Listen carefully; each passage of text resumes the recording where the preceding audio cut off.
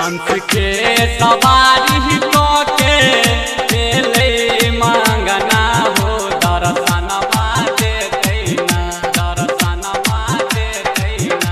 हंस के सवारी को के ले मांगना हो दर्शन माते तैना।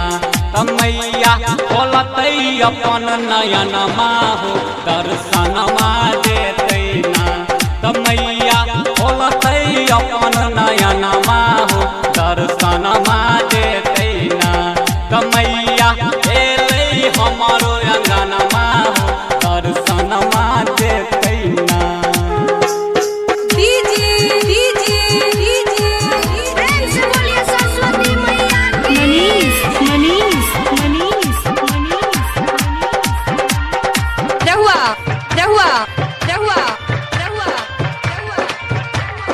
वारिशनगर शिवानी रिकॉर्डिंग स्टूडियो की शानदार प्रस्तुति।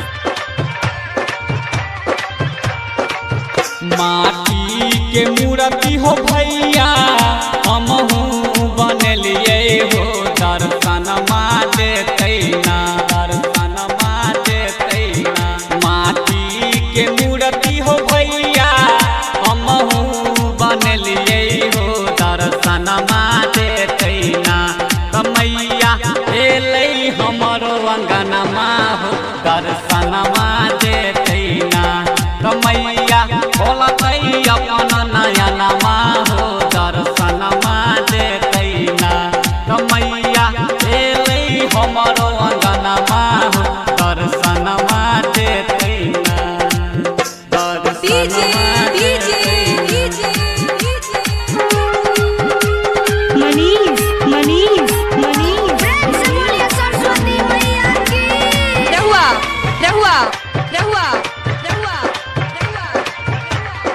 वारिशनगर वारिशनगर।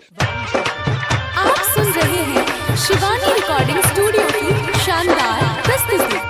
सोनरा दुकान सब भैया गहना बनलिए हो दर्शन माते तैना दर्शन माते तैना। सोनरा दुकान सब भैया गहना बनलिए हो दर्शन माते तैना। तमैया एलै हमरो अंगन माहो दर्शन माते तैना। तमैया एलै हमरो अंगन माहो नजरिया फेर तैना। तमैया बोलतै अपन नयन माहो दर्शन माते तैना।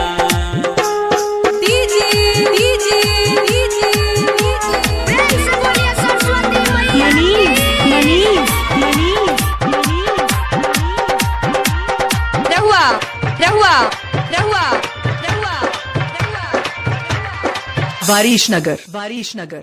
आप सुन रहे हैं शिवानी रिकॉर्डिंग स्टूडियो की शानदार प्रस्तुति। लिखल के देवा दिलदारवा माई के भजनिया हो दुलारवा गावेला दुलारवा गावेला। लिखल के देवा दिलदारवा माई के भजनिया हो दुलारवा गावेला। तमैया एलै हमरो अंगन माहो दर्शन माते तैना।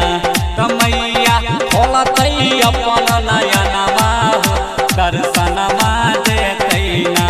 तमैया एलै हमरो अंगन माहो दर्शन माते तैना। हंस के सवारी को के एलै मांगना हो दर्शन माते तैना।